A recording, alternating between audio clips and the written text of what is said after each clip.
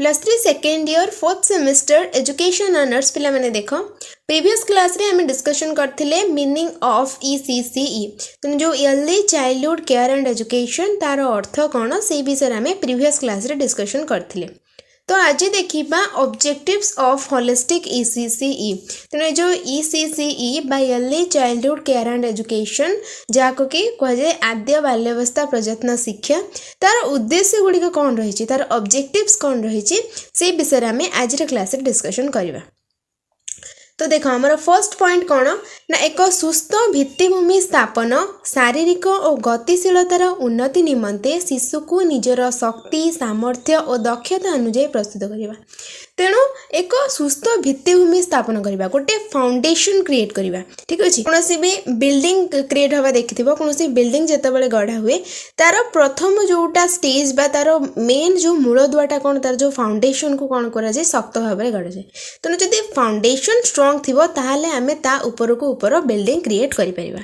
किंतु जदि फाउंडेशन ही ठीक नथिबो फाउंडेशन सेते स्ट्रॉन्ग नथिबो ताहले कौन हबो आमे ता ऊपर को आउ अधिक बिल्डिंग क्रिएट करि परिबानी।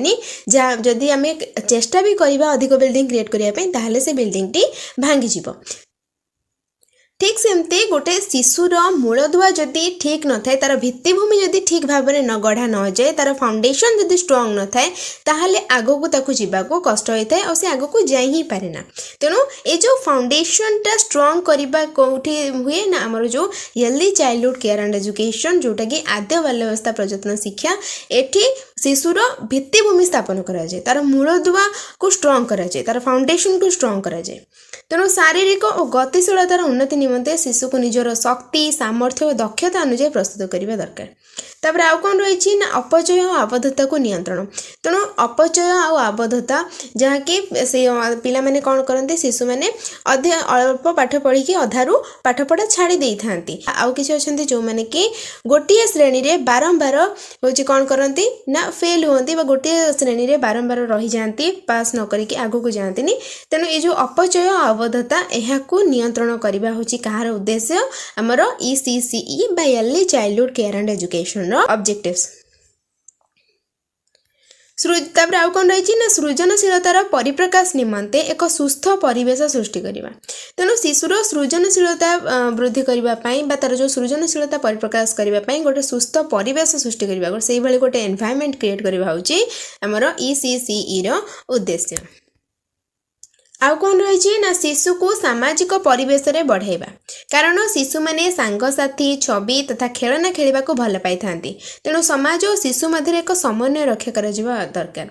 तेणु शिशु को गोटे सामाजिक परिवेश भितर बढ़ाइबा दरकार। तेणु आमे माने कौन आमे होचे गोटे सामाजिक प्राणी आमको समाज भितर ही बंची रहिबा को हबो। तेणु समाज सहित आमे निजको केमिति खाप खुआई चलिबा से विषय रे भी आमको धारणा रहिबा दरकार। तेणु गोटे शिशु को सामाजिक परिवेश रे बढ़ाइबा दरकार कहीं शिशु मैंने सांगसाथी छवि तथा खेलना खेलना को ए सब को अधिक भल पाई थांती। तेणु समाज और शिशु मध्य गोटे समन्वय रक्षा करा जिबा दरकार। तापरे शिशुर सामग्रिक विकास विद्यालय स्तर रे होइथाय। तेणु शिशुर जो सामग्रिक विकास सेटा को स्तर रे होइथाय तार विद्यालय स्तर रे होइथाय।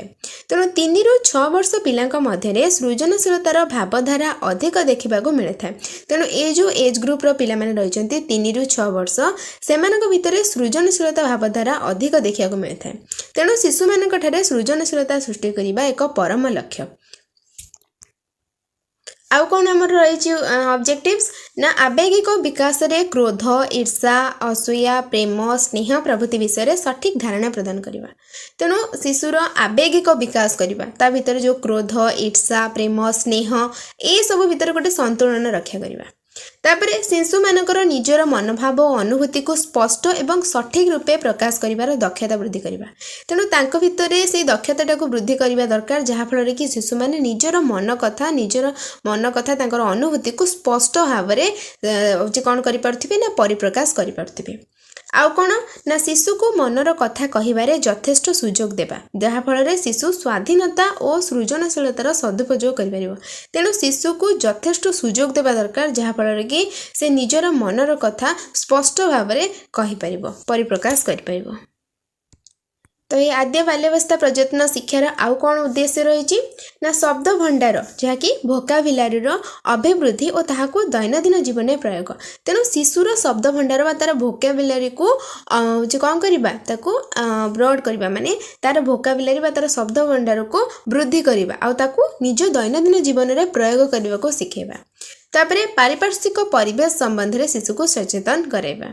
आउ कौन रही ना शिशु मन में आत्मविश्वास सृष्टि करवा ता भितर से सेल्फ कॉन्फिडेंस क्रिएट करवा दरकार जहाँफल कि ता भितर से कॉन्फिडेंसटा रहिबो ता भितर से आत्मविश्वासटा सृष्टि करवा। आउ कौन ना समस्त सहित मिसाई ताहाको कार्य करने निमंते उत्साहित करवा। तेणु समस्त सहित केमिति मिसिकी कार्यटी को करा जाई परिबो से दिगरे मध्य ताको उत्साह देवा।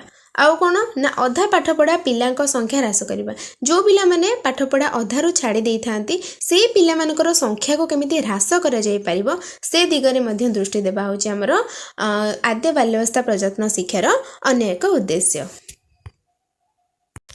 तो पिला माने ये थिला ऑब्जेक्टिव्स ऑफ होलिस्टिक ECCE। तेणु जो ECCE तार कौन सब उद्देश्य रही से विषय में आज क्लास डिस्कशन कले।